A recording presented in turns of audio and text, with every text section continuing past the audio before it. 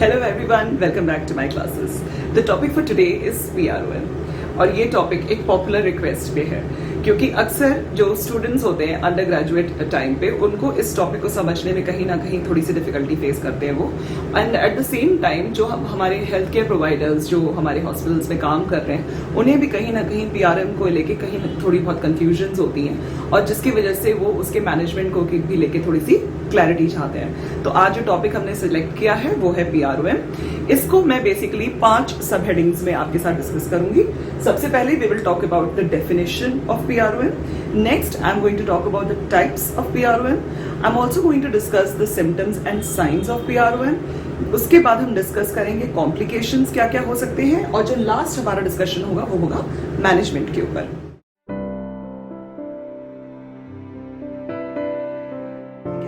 तो what is PROM? Normal local language में it is leaking या वाटरी डिस्चार्ज पर वेजाइना, और अगर हम पेशेंट की लैंग्वेज में बात करें तो वो कहते हैं पानी जाने लगा।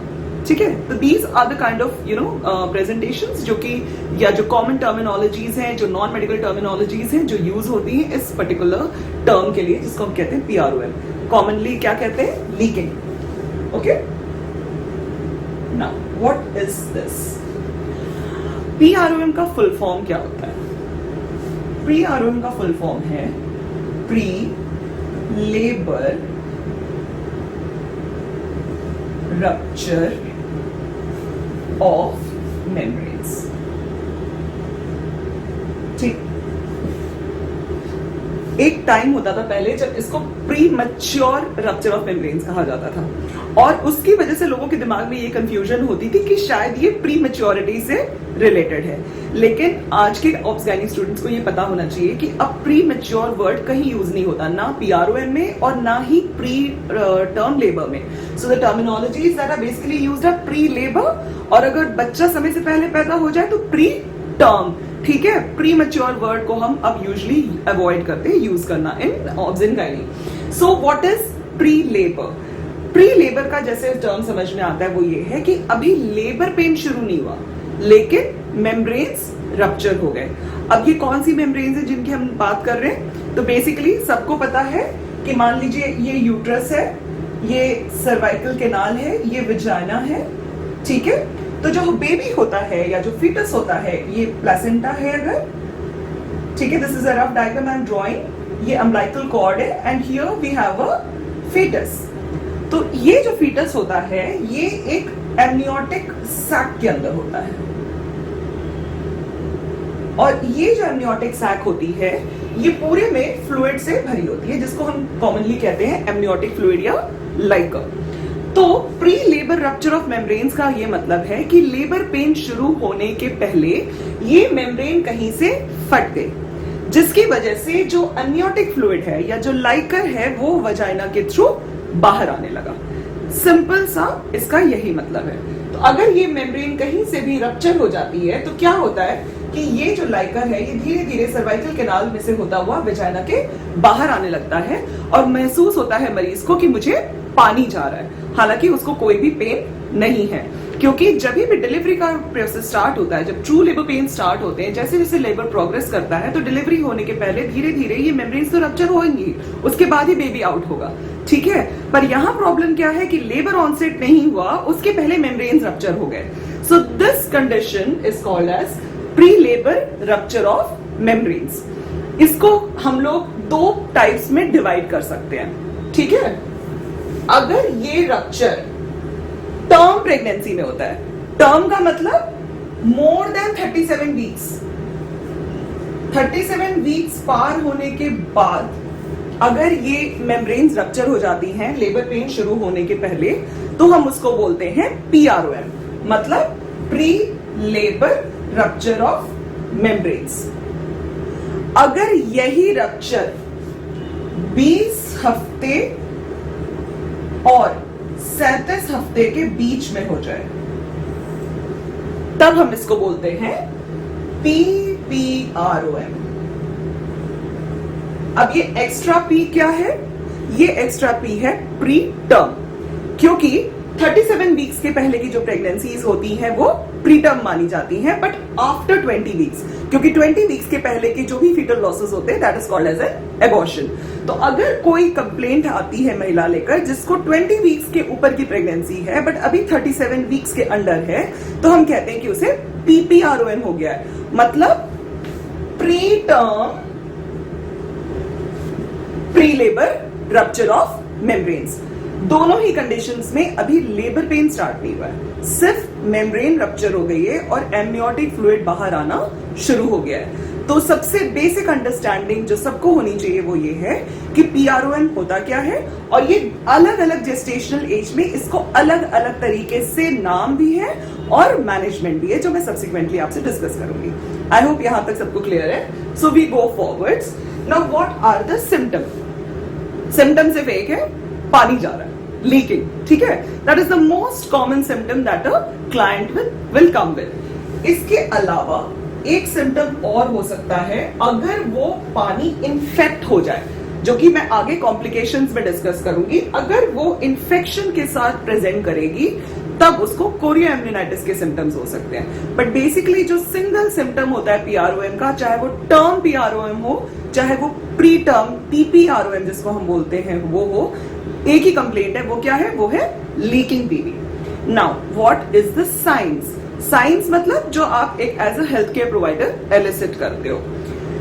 अगर आप उस महिला को एक स्टेराइल पैड दो, ठीक है, तो हो सकता है 1 घंटे बाद जब आप उसको देखो तो वो हल्का सा गीला गीला आपको दिखेगा, क्लियर लाइकर आ रहा है कि ये पैड इसका पूरा भीग गया। अगर अभी तुरंत 1-2 घंटे पहले से लीकिंग स्टार्ट हुई है, तो जब आप इस क्लाइंट का पर स्पेकुलम स्टेराइल पर स्पेकुलम एग्जामिनेशन करोगे तो हो सकता है कि आपको सर्विक्स में से थोड़ा थोड़ा एमनियोटिक फ्लूइड निकलता हुआ दिखे, और पीछे जब आप पोस्टीरियर फॉर्निक्स में देखोगे तो वो वहां पे कलेक्टेड मिले आपको, ठीक है। इंपॉर्टेंट ये है कि कभी भी हमें PV नहीं करनी है, ठीक है। जब भी आपका कोई क्लाइंट लीकिंग की कंप्लेंट लेकर आता है, उसकी डायग्नोसिस के लिए PV कभी ना करिए। क्यों?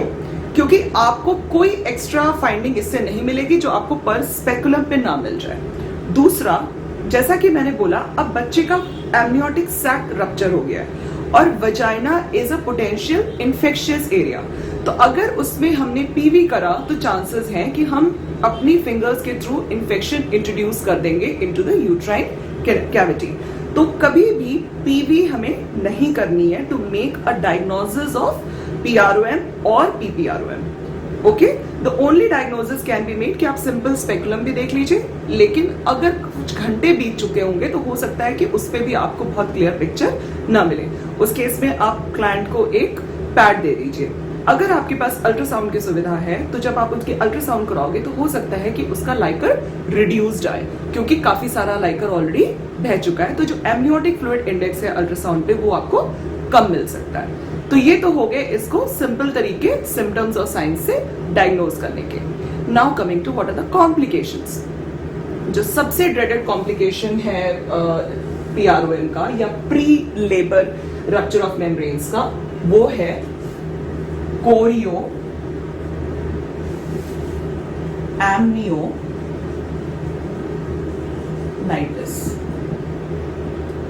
ओके, कोरियो, सो कोरियन एक मेम्ब्रेन होती है जो बच्चे को सराउंड करती है, दूसरी एमनियन होती है। तो जब ये दोनों मेम्ब्रेन्स इन्फ्लेम्ड हो जाते हैं तो उसको बोलते हैं कोरियो एमनियोनाइटिस। ये तब होता है जब लीकिंग स्टार्ट हो जाती है और धीरे धीरे वेजाइनल कैनाल के थ्रू असेंडिंग इन्फेक्शन है वो यूट्राइन कैविटी में पहुंच जाता है।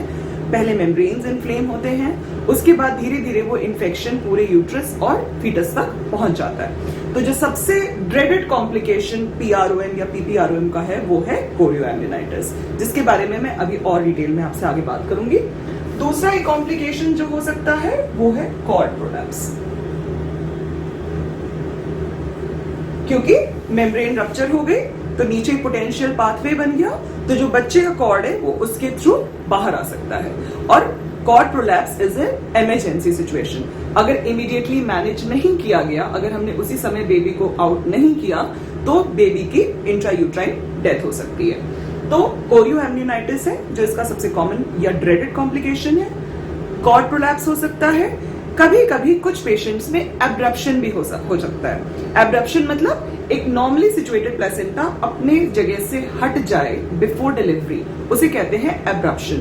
अब ये क्यों होता है? क्योंकि जो लाइकर होता है जैसे ही वो ड्रेन आउट होना शुरू होता है, सडनली एक डीकम्प्रेशन स्टेट क्रिएट हो जाती है यूट्रस के अंदर, जिसकी वजह से प्लेसेंटा सेपरेट होने लगता है। उस केस में क्या होगा कि जब आप परस्पेकुलम एग्जामिनेशन करोगे तो आपको ब्लड स्टेन्ड लाइकर मिल सकता है, क्लियर की जगह ब्लड स्टेन लाइकर मिल सकता है। तो अगर ऐसी सिचुएशन है कि ब्लड स्टेन लाइकर है और जब आप फीटल हार्ट ऑस्कल्टेट करेंगे तो हो सकता है फीटल डिस्ट्रेस आपको मिलने लगे, क्योंकि बच्चे की ब्लड सप्लाई धीरे धीरे कट ऑफ होने लगती है और ये एक पोटेंशियल इमरजेंसी है both for the mother as well as for the baby. So these are the 2 or 3 complications जो कि हम सस्पेक्ट करते हैं या एक्सपेक्ट करते हैं कि अगर हमारी कोई क्लाइंट PROM या PPROM लेकर आई है तो ये हो सकता है, and we have to be on alert for that. Now how do we manage? Okay. Now the management will depend कि आपकी क्लाइंट क्या है, PROM है या PPROM है। कहने का मतलब 37 वीक्स के बाद की प्रेगनेंसी है या 20 से 37 वीक्स के बीच की प्रेगनेंसी है। ठीक है, तो पहले हम डिस्कस करते हैं PPROM। Okay, we will discuss PPROM। Preterm, pre labour rupture of membranes. Labour pain start नहीं हुआ है, लीकिंग स्टार्ट हो गई है। हमने जब उसकी LMP निकाली, EDD कैलकुलेट किया तो जो जेस्टेशनल एज निकल कर आई वो 20 से लेकर 37 वीक्स के बीच की निकल रही है। अब हमें ये केस कैसे मैनेज करना है? अब हम इसको फर्दर सब डिवाइड करेंगे 3 पार्ट्स में। पहला, क्या उसकी जेस्टेशनल एज 24 वीक्स से भी कम है? यदि हाँ, तो ये क्लाइंट को हम तुरंत एक ऑब्स्टेट्रिक यूनिट में शिफ्ट करेंगे फॉर टर्मिनेशन, क्योंकि अभी 24 वीक्स से नीचे के जब मेम्ब्रेन्स रप्चर हो जाते हैं तो उस बच्चे को एक्सटेंड करना, उसको वायबिलिटी तक पहुंचाना बहुत डिफिकल्ट है। तो जो 24 वीक्स से नीचे की प्रेगनेंसीज हैं उनको हम यूजुअली भेजते हैं for expert gynaec for termination in a hospital setting. दूसरा, क्या वो 24 से 34 वीक्स के बीच में है? और तीसरा, क्या वो 34 वीक्स से ऊपर है बट 37 वीक्स से नीचे है? ठीक है, तो ये वाला पार्ट थोड़ा सा डिटेल में लेना है, इसलिए मैं इसको सब्सिक्वेंटली डिस्कस करती हूँ। हम इस पे आ जाते हैं। 34 से 37 वीक्स में एंटीबायोटिक कवरेज में हम प्रेगनेंसी को टर्मिनेट कर देते हैं, इंडक्शन ऑफ लेबर कर देते हैं, क्योंकि लेबर पेन तो है नहीं, मेम्ब्रेन्स रप्चर हो गए हैं, तो हम मदर को एंटीबायोटिक कवरेज पे डालते हैं और हम लेबर इंड्यूस कर देते हैं। अगर लगता है कि मदर को जेस्टेशनल एज में कुछ डाउट है, LMP में कुछ क्लैरिटी नहीं है, या उसकी अल्ट्रासाउंड रिपोर्ट्स उसके LMP से जो शुरू की अल्ट्रासाउंड रिपोर्ट थी वो और LMP में आपस में कुछ क्लैश है, वो समझ नहीं आ रही है, देयर इज सम कंफ्यूजन, तो हम इसको स्टीरॉइड कवर भी दे सकते हैं। लेकिन 34 वीक्स के बियॉन्ड हम नॉर्मली प्रेगनेंसी को केवल रखना नहीं है 37 वीक्स तक, we can easily terminate because the baby is good viable with lung maturity. तो now we come to what is the management in 24 to 34 weeks. जो एंटीबायोटिक्स मैं यहाँ पे आपसे डिस्कस करूंगी वही यहाँ पर भी चलता रहेगा। ठीक है, सो एंटीबायोटिक कवरेज हमें दोनों में देनी है, तो जो एंटीबायोटिक्स हम यहाँ डिस्कस करेंगे वही यहाँ भी आ जाएगा। बट यहाँ पे इंपॉर्टेंट ये है कि वे induce labour and under antibiotic coverage. ठीक है, we induce labour under antibiotic coverage. So now we will discuss what would do अगर 24 से 34 हफ्ते के बीच की कोई प्रेगनेंसी रप्चर ऑफ मेम्ब्रेन्स लेकर आ जाती है, 24 to 34 weeks. So what do we do? So now we have a case of PPROM जो कि 24 से 34 weeks के बीच में आई है। तो अब हमें क्या करना है?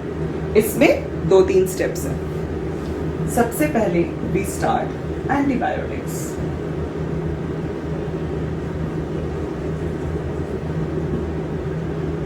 दूसरा, we give ANCS, antenatal corticosteroids. तीसरा मैग्नीशियम सल्फेट। ये ड्रग हम सब जानते हैं, एक्लैम्शिया में बहुत कॉमनली यूज किया जाता है। अब इसका क्या रोल है PPROM में, वो हम आपसे डिस्कस करेंगे, ठीक है।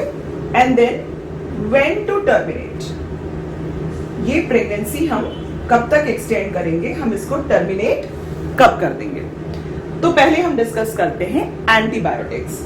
जब 24 to 34 वीक्स की प्रेगनेंसी में कोई क्लाइंट आती है, मतलब pre term pre labour rupture of membranes में वो 24 से 34 हफ्ते का जेस्टेशनल एज लेकर आती है, तो हमें सबसे पहले उसको स्टार्ट करना है इंजेक्शन एम्पेसिलिन,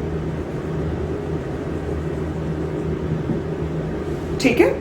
ये हम कितना देंगे, 2 ग्राम्स इंट्रावीनसली एवरी 6 आवर्स। पहला हमें स्टार्ट करना है injection ampicillin 2 grams intravenously every 6 hours. दूसरा हमें स्टार्ट करना है इंजेक्शन एरिथ्रोमाइसिन। ये कितना देना है हमको, 250 milligrams, again IV, again 6 hour. तो जब भी कोई क्लाइंट आपकी 24 to 34 वीक्स की जेस्टेशन में लीकिंग लेकर आती है, तो हम उसको स्टार्ट करते हैं injection ampicillin 2 grams IV every 6 hours and साथ में injection erythromycin 250 milligrams intravenously every 6 hours. ये ट्रीटमेंट हम चलाते हैं 2 दिन तक, ठीक है। So this is for 2 days. After 2 days, we shift the client on oral medicine, oral amoxicillin, ठीक है। हम इसको एमोक्सिसिलिन पे शिफ्ट करेंगे 500 mg 8 आवरली एंड साथ में हम इसको देंगे, ओरली ही देंगे, एरिथ्रोमाइसिन 250 मिलीग्राम, ये भी 8 आवरली। 2 दिन हमने पेरेंट्रल दिया, इंजेक्टेबल IV दिया, हर 6-6 घंटे पे एम्पेसिलिन और एरिथ्रोमाइसिन के इंजेक्शंस। 2 दिन के बाद हम शिफ्ट कर जाते हैं ओरल पे। ओरल में क्या देखते हैं, एमोक्सिसिलिन आती है कैप्सूल्स और एरिथ्रोमाइसिन हम देते हैं इसको एवरी 8 आवर्स और ये टोटल डोज हमारी चलती है फॉर 7 डेज, ठीक है। ये हमारा टोटल ट्रीटमेंट जो चल रहा है वो करीब करीब 9 दिन का चल रहा है एंड इन 9 दिनों में हमें कुछ कुछ मॉनिटरिंग करनी है जो मैं आपसे आगे डिस्कस करती हूँ। तो ये तो हो गया antibiotics. This is prophylaxis. Again prophylaxis का मतलब प्रिवेंटिव, मतलब हम ये नहीं चाह रहे हैं कि इसको कोरियो एम्नियोनाइटिस डेवलप हो, क्योंकि प्रीटर्म बेबी है, अभी वो इतना मेच्योर भी नहीं है कि हम उसको डिलीवर करा सकें। तो हम थोड़ा सा टाइम बाय कर रहे हैं ताकि मदर को हम कंजर्वेटिव मैनेजमेंट में रख सके, उसको कोरियो एम्नियोनाइटिस डेवलप ना हो। और तब तक हम वेट कर रहे हैं, साथ में कुछ ड्रग्स दे रहे हैं कि बच्चा जो है वो भी, उसके भी लंग मेच्योरिटी हो जाए। तो वो क्या है वो हम इसके बाद डिस्कस करते हैं। सो PPROM में पहला management prophylactic antibiotics with injectable ampicillin and erythromycin for 2 days and then followed by oral amoxicillin and erythromycin for next 7 days. अब जो सेकेंड मैनेजमेंट है एंटीबायोटिक्स के अलावा वो है, जैसे कि मैंने बताया, ANCS, एंटीनेटल कॉर्टिकोस्टेरॉइड। एंटीनेटल मतलब डिलीवरी से पहले, कॉर्टिकोस्टेरॉइड मतलब कॉर्टिकोस्टेरॉइड, ANCS। ये क्यों दिया जाता है? This is given for foetal lung maturity, ठीक है। This helps in developing the surfactant in the lungs of the unborn foetus.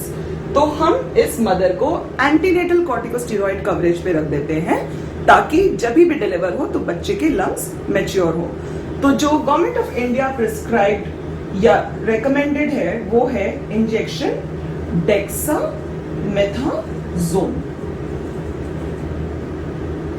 Injection dexamethasone ये हम देते हैं 6 milligrams 12 hourly intramuscular for a total of 4 doses.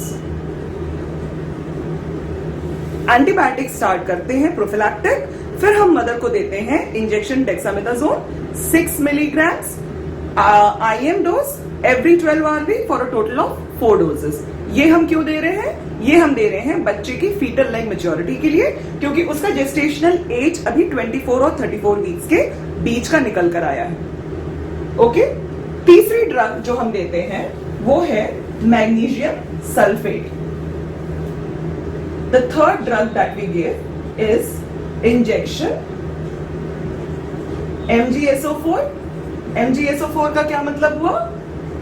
Magnesium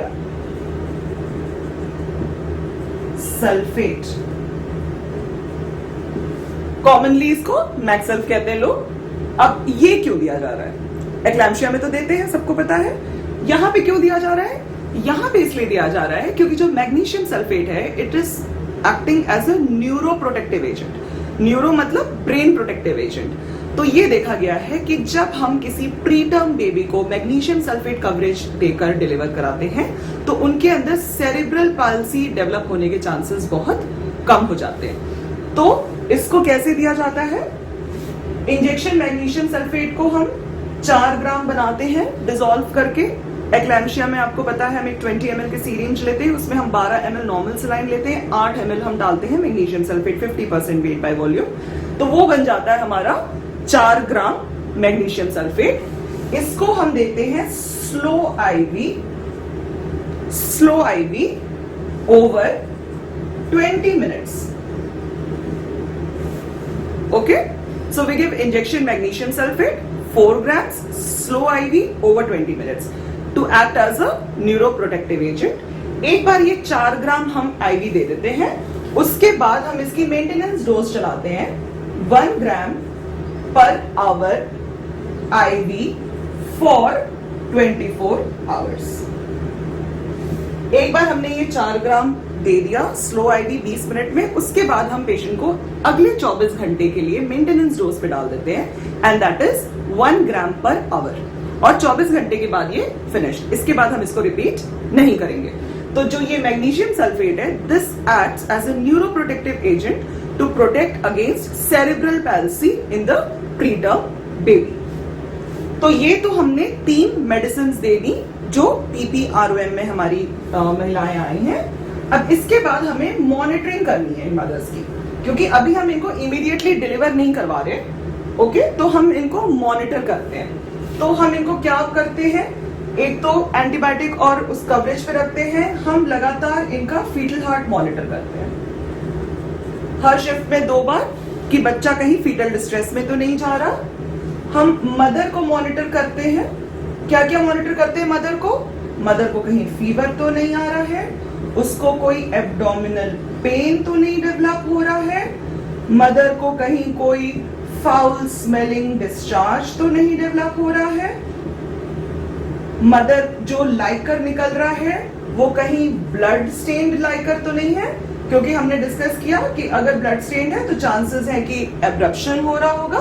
तो हम ये सारे पैरामीटर्स मेजर करते रहते हैं। मदर का हम पल्स देखते रहते हैं, क्योंकि अगर टैकीकार्डिया डेवलप हो रहा है तो इसका मतलब कहीं ना कहीं अब धीरे धीरे सब क्लिनिकल या क्लिनिकल इन्फेक्शन की शुरुआत हो रही है। हम ये भी देखते हैं कि लेबर पेन तो स्टार्ट नहीं हो रहा है, क्योंकि जैसे ही लेबर पेन स्टार्ट होगा हम इस लेबर को प्रोग्रेस करने देंगे। We will not give any kind of tocolysis, मतलब लेबर पेन को हम सप्रेस नहीं करने वाले। So we are going to watch कि एब्डोमिनल कंट्रैक्शंस तो स्टार्ट नहीं हो रहे हैं, क्योंकि अगर एब्डोमिनल कंट्रैक्शन स्टार्ट हो रहे हैं तो under antibiotic and antenatal steroid coverage we will deliver this women. किन मदर्स को हमें कंजर्वेटिव मैनेजमेंट पे नहीं रखना है? 24 to 34 वीक्स की प्रेगनेंसी जरूर है, पर मैं नहीं चाह रही हूं कि ये डिलीवर करें हम टर्म प्रेगनेंसी पे ले जाकर। नॉर्मल सी चीज है, अगर ऑलरेडी इंट्रा यूट्राइन डेथ हो चुकी है फीटस की, हमें फीटल हार्ट नहीं मिल रहा ऑस्कल्टेशन पे, अगर हमारे पास उसकी सुविधा उपलब्ध है तो हमने अल्ट्रासाउंड करवाया और उसमें निकल कर आया कि this is now a case of intra uterine death with leaking, तो अब ना हमें उसको स्टीरॉइड देने की जरूरत है, ना हमें मैग्नीशियम सल्फेट देने की जरूरत है। एंटीबायोटिक कवरेज मेंटेन रहेगा, we will induce labour and we will deliver this client. दूसरा, अगर ग्रॉसली मैलफॉर्म्ड है बच्चा, if there is a gross malformation, again in this case we will not continue the pregnancy till term, हम उसको antibiotic coverage देके mother को and we will deliver her by induction of labour. तो ये दो conditions ऐसी हैं जिसमें हमें मदर को कंजर्वेटिव मैनेजमेंट में नहीं डालना है, हमें एंटीबायोटिक कवरेज देके डिलीवर करवा देना है। वरना in normal foetuses, alive foetuses, we have to keep the mother on a conservative management and under a obstetrician's care with regular monitoring of the mother and the baby। और जहां भी हमें लगा कि मदर को कोई भी सिम्टम्स डेवलप हो रहे हैं इन्फेक्शंस के या फीटल डिस्ट्रेस डेवलप हो रहा है, तो हम प्रेगनेंसी को तुरंत फिर टर्मिनेट कर देंगे। ठीक है, so this is basically the management of PPROM, मतलब pre term, pre labour rupture of membranes. There is no labour pain, just leaking has started between the gestational ages of 20 to 37 weeks. Now we will discuss about PROM. What is PROM? PROM का मतलब pre labour rupture of membranes है, लेकिन जो gestational weeks है वो कितनी है? Term pregnancy है। It is beyond 37 weeks. This is now beyond 37 weeks. 37 हफ्ते की प्रेगनेंसी पार हो गई, लीकिंग स्टार्ट हो गई, पेन स्टार्ट नहीं हुआ। अब इसका मैनेजमेंट PPROM से थोड़ा डिफरेंट है। ओके, क्यों डिफरेंट है? नॉर्मली ये देखा गया है कि जैसे हमारे पास कोई भी पेशेंट लीकिंग कंप्लेंट करके आती है, हम तुरंत उसको एक शॉट एंटीबायोटिक का लगा देते हैं। मैं टर्म प्रेगनेंसीज पे अब आ गई हूं, ठीक है? I have stopped discussing preterm, now this is term pregnancy leaking. देखिए, injudicious use of antibiotics is always bad. तो हमें जब भी हम किसी क्लाइंट को एंटीबायोटिक देते हैं तो हमें पहले अपने दिमाग में ये सोचना चाहिए कि क्या इसको सच में इसकी जरूरत है। तो जो WHO safe child birth checklist है, जो अब हमारे केस शीट्स में भी गवर्नमेंट ऑफ इंडिया की चेकलिस्ट में लग के आने लगी है, उसमें बड़ा क्लियर दिया हुआ है कि किन महिलाओं को हम एंटीबायोटिक्स देंगे अगर वो टर्म PROM लेकर आती हैं। पहला, अगर उसकी लीकिंग मोर देन 12 आवर्स की हो गई है and there is no labour pain has not started. 37 weeks के बियॉन्ड लीकिंग स्टार्ट हो गई है और 12 घंटे से ज्यादा हो गए हैं, तब हम मरीज को एंटीबायोटिक शुरू करते हैं। ओके। दूसरा, if she has been more than 18 hours even with labour pain, मतलब leaking for more than 18 hours with labour, leaking for more than 12 hours without labour. इन दोनों में से अगर कोई भी कंडीशन फुलफिल हो रही है, तब हम उस क्लाइंट को एंटीबायोटिक कवरेज शुरू करते हैं। अदरवाइज ये नहीं होना चाहिए कि आप अपने हॉस्पिटल सेटिंग में काम कर रहे हो, कोई मदर मान लीजिए 10 बजे दिन में आती है, बोलती मुझे सुबह 5 बजे से पानी जाना शुरू हो गया, अभी दर्द चालू नहीं हुए हैं, तो हमें उसको तुरंत एंटीबायोटिक कवरेज पे नहीं डालना चाहिए। और अब ये protocol WHO safe child birth checklist में भी क्लियरली लिख कर आ गया है। ठीक है, तो अगर किसी को 12 घंटे से ज्यादा की लीकिंग स्टार्ट हो गई है बट अभी लेबर पेन स्टार्ट नहीं हुआ है, तो हम उनको एंटीबायोटिक कवरेज पे डाल देते हैं। अगर लेबर पेन स्टार्ट हो गया है और मेम्ब्रेन्स रप्चर होकर 18 घंटे से ज्यादा हो चुके हैं, तो हम एंटीबायोटिक शुरू कर देते हैं। अब इनको हमें क्या एंटीबायोटिक देनी है? सेम इंजेक्शन एम्पिसिलिन देते हैं,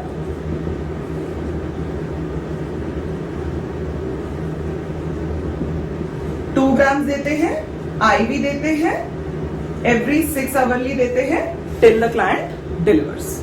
क्योंकि अब ये टर्म है तो इनको तो हमें कंजर्वेटिव मैनेजमेंट पे डालने की जरूरत नहीं है, अब हमें इस मदर को डिलीवर करवा देना है। अब डिलीवरी इस पे डिपेंड करेगा कि वो सर्विक्स राइप है या अनराइप है, हमें कैसे इंड्यूस करना है, जो मैं आपसे सब्सिक्वेंट लेक्चर्स में डिस्कस करूंगी।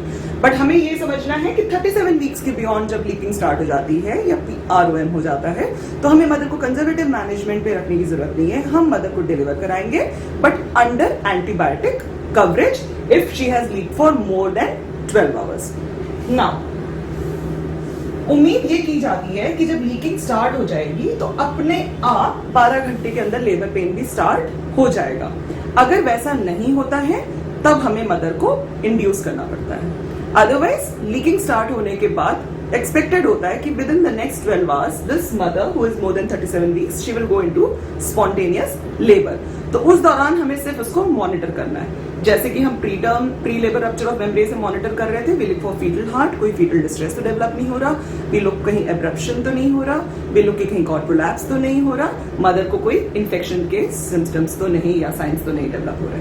सो this is about a management of term pre labour rupture of membranes, जहां पे हमें सिर्फ 12 घंटे से ज्यादा की लीकिंग अगर है तो एंटीबायोटिक कवरेज देके मदर को डिलीवर करवा देना है। Now we come to the complication, जो कि एक सबसे इंपॉर्टेंट कॉम्प्लिकेशन है pre labour rupture of membranes का, जिसको हम बोलते हैं कोरियो एमनियोनाइटिस। कोरियो एमनियोनाइटिस, जैसा कि मैंने बताया, this is inflammation of the foetal membranes. तो अब इसके सिम्टम्स और साइंस क्या होते हैं? सिम्टम्स में मदर को आएगा फीवर, ठीक है, she will complain of lower abdominal pain. हो सकता है मदर बोले कि मुझे पेट में नीचे की तरफ बहुत दर्द हो रहा है। जब हम मदर को एग्जामिन करते हैं तो हमें टैकीकार्डिया मिलता है। Okay, there is lower abdominal tenderness. So pain और टेंडरनेस में बेसिक डिफरेंस क्या होता है? पेन वो होता है जो आपको पेशेंट बताता है, टेंडरनेस वो होता है जो हम एग्जामिनेशन पे एलिसिट करते हैं। सो जब आप एग्जामिन करोगे, the client will have lower abdominal tenderness. उसके अलावा foul smelling discharge, hot vagina हो सकता है।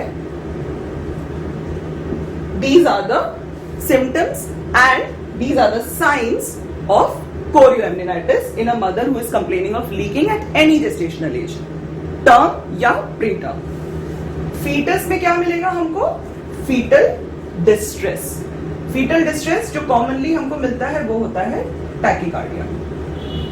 नॉर्मली जो बच्चे की हार्ट रेट होती है वो 120 टू 160 बीट्स पर मिनट चल रही होती है, लेकिन जब कोरियोएमनियोनाइटिस डेवलप होता है तो बच्चा फीटल डिस्ट्रेस में चला जाता है और उसका फीटल हार्ट 160 पर मिनट से ज्यादा मिलने लगता है। नाउ दीज आर इंडिकेटिव कि mother is now getting infected. अगर हमने इसको इसी हालत में छोड़ दिया तो ये बहुत ही फुलमिनेंट सेप्सिस बनके मदर के लिए जानलेवा हो सकता है। तो कोरियोएमनियोनाइटिस को हम इमीडिएटली टर्मिनेट करते हैं। हम कभी भी वेट नहीं करते प्रेगनेंसी को आगे खींचने का, फिर चाहे वो जिस जेस्टेशनल एज में हो। कोरियोएमनियोनाइटिस के फीचर्स डेवलप होते ही it is an indication for termination of pregnancy. Now what are the 2 or 3 things that we need to keep in mind? वो ये है कि अगर ये प्रीटर्म PROM था, 24 to 34 वीक्स का था, और अगर हमने उस समय मदर को स्टीरॉइड कवरेज शुरू किया था 4 डोजेस के लिए, तो अब हम नहीं देंगे। या अगर मदर ऑलरेडी कोरियोएमनियोनाइटिस के फीचर्स लेके आई है तो स्टीरॉइड कवरेज शुरू ही नहीं किया जाएगा, भले ही बच्चा प्रीटर्म हो, 24 to 34 वीक्स का हो, क्योंकि अगर हमने कोरियोएमनियोनाइटिस की मदर को स्टीरॉइड दे दिया तो उसका इन्फेक्शन और फ्लेयर अप हो जाएगा। तो एंटीनेटल कॉर्टिकोस्टेरॉइड का जो एक मेन कॉन्ट्राइंडिकेशन है वो ये है कि हम कोरियोएमनियोनाइटिस में एंटीनेटल कॉर्टिकोस्टेरॉइड हरगिज नहीं देते हैं, ठीक है। और अगर हमने किसी को स्टार्ट किया था और बीच में जब हम मदर को मॉनिटर कर रहे थे, अगले 2 दिन चलता है, 48 घंटे डोजेस चलती है, क्योंकि 12-12 घंटे पे 4 डोजेस चलती हैं, और उस बीच में अगर किसी मदर को सिम्टम डेवलप हो जाता है तो हम वहीं पे अगला डोज स्टॉप कर देते हैं, we don't continue it further. दूसरा, so we don't give ANCS, no, ठीक है, ANCS नहीं देना है। एंटीबायोटिक्स, अगर मदर हमारे पास ऑलरेडी कोरियोएमनियोनाइटिस में आई है तो हमें उसको स्टार्ट करनी है। अगर वो पहले से एडमिटेड थी और एम्पिसिलिन कवरेज पे थी टर्म PROM में, और एमोक्सिसिलिन, एम्पिसिलिन, एरिथ्रोमाइसिन कवरेज पे थी प्रीटर्म PROM में, तो हमें एंटीबायोटिक्स में अब कुछ ऐड करना है। क्या? एक तो इंजेक्शन जेंटामाइसिन, क्योंकि अब हमें मदर को देना पड़ेगा ब्रॉड स्पेक्ट्रम कवरेज। तो मोस्टली हम देते हैं इंजेक्शन जेंटामाइसिन IV, और ये वंस अ डेली डोज होती है, 24 घंटे में एक बार लगती है, ठीक है, एवरी 24 आवर्स। तो जो एग्जिस्टिंग एंटीबायोटिक चल रही है उसमें हम ऐड करते हैं इंजेक्शन जेंटामाइसिन वंस डेली और इंजेक्शन मेट्रोनिडाजोल 500 मिलीग्राम हम इसको देते हैं, इसको हम आईवी देते हैं, हम इसको AEE देते हैं। आपने देखा होगा 100 ml के छोटे छोटे बॉटल्स आते हैं, तो ये हम 500 mg का मेट्रोनिडाजोल होता है उसमें।